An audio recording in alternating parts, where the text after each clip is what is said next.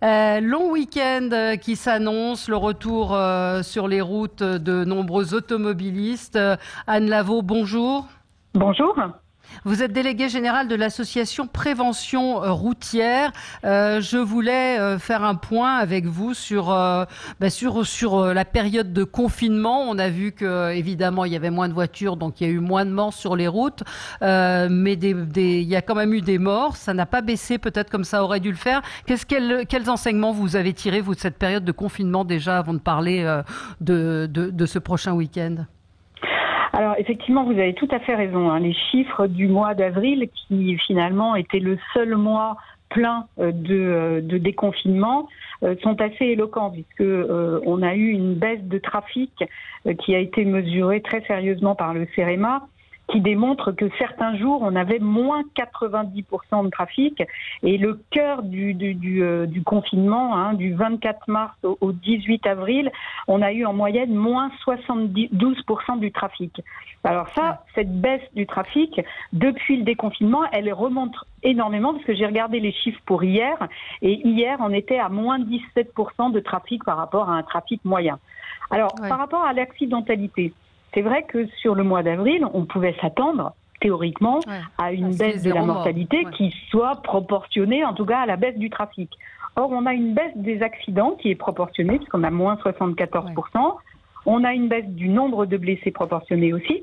Mais alors là, en ce qui concerne le nombre de tués, on a moins 55,8% du nombre de tués. Donc, ça veut dire que sur ce mois d'avril, eh bien, on a eu des accidents qui étaient beaucoup plus graves, beaucoup plus mortels, puisque on n'est pas proportionné à la baisse du trafic.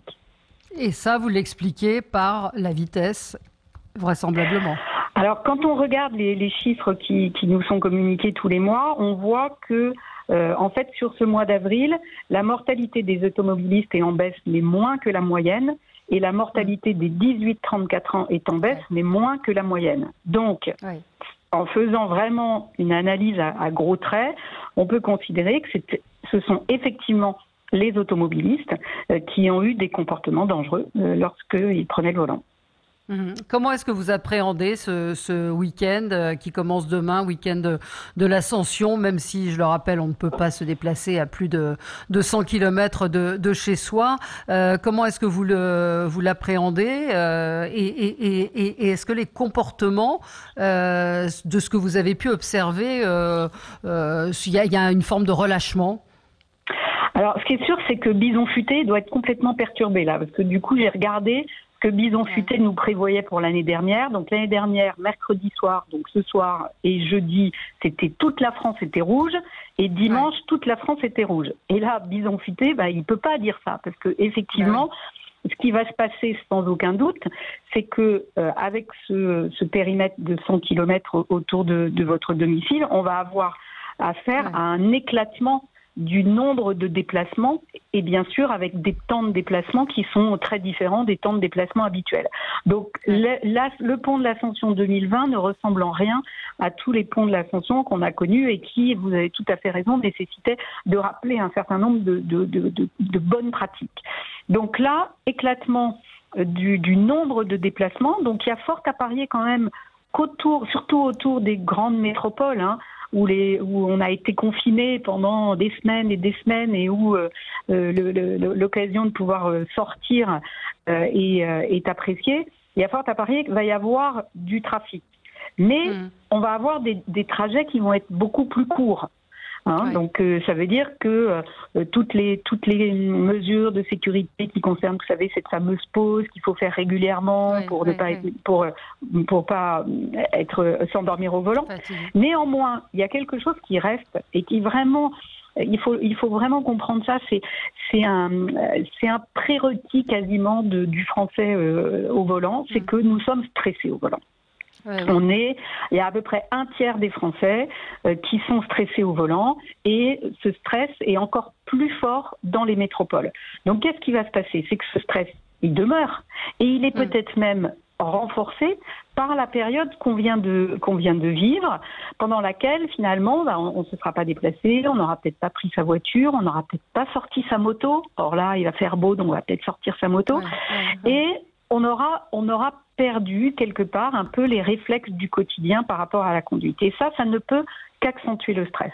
Donc vraiment, il n'y a qu'un seul conseil, c'est de prendre ces journées comme des journées de bonheur, essayer d'en profiter un maximum, essayer de se déstresser au volant, de ne pas rouler vite. Et de prendre ce déplacement comme une vacance.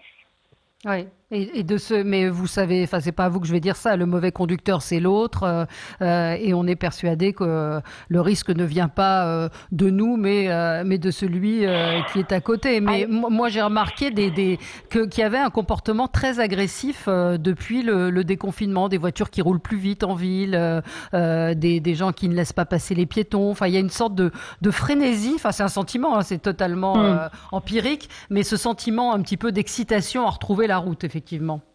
Alors, il y a peut-être ce sentiment d'excitation à retrouver la mobilité, plus que la route, c'est peut-être de pouvoir... Oui, c'est la mobilité. La mobilité. Et puis, il y a eu aussi, de la part de ceux qui ont continué à se déplacer, parce qu'il y a quand même beaucoup de gens qui ont continué à aller travailler, beaucoup de gens qui, malgré tout, ont continué à se déplacer, mais il y a eu une perte de repères.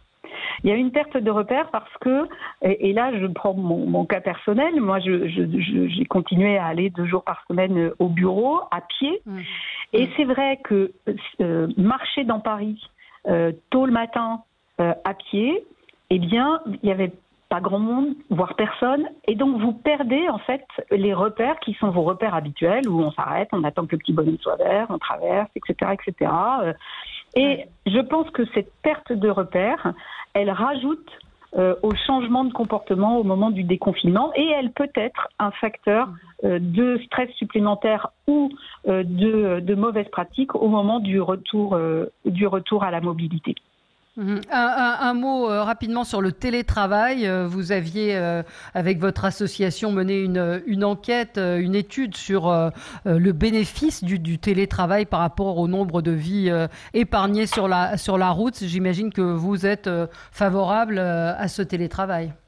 Alors effectivement, il y a quelques mois, on avait travaillé sur ce sujet-là en essayant d'estimer quel serait le nombre de vies sauvées si la moitié des 23 millions de Français qui travaillent ne faisaient ne serait-ce qu'une journée de télétravail par semaine. Et on en était arrivé à la conclusion qu'on pouvait envisager qu'il y a une 60aine de vies qui soient épargnées chaque année. Et donc, on avait vraiment commencé à travailler très sérieusement sur ce sujet, en déplorant qu'en réalité, aujourd'hui, cette pratique, enfin, quand je dis aujourd'hui, c'était avant le Covid-19, cette pratique restait relativement rare. Et à force à parier quand même que pour ce sujet-là, les mentalités et les comportements ont changé, et notre association ne peut qu'en s'en réjouir. Merci beaucoup Anne Lavaux, donc déléguée générale de l'association Prévention Routière. Soyez prudents sur les routes, faites attention, même s'il n'y a pas beaucoup de monde sur les routes, ne soyez pas tentés par la vitesse. De toute façon, je crois que les radars ont repris leur activité, et on vous rappelle la limite des 100 km autour de votre domicile pour la possibilité de se déplacer. Merci beaucoup Anne Lavaux. Dans un instant.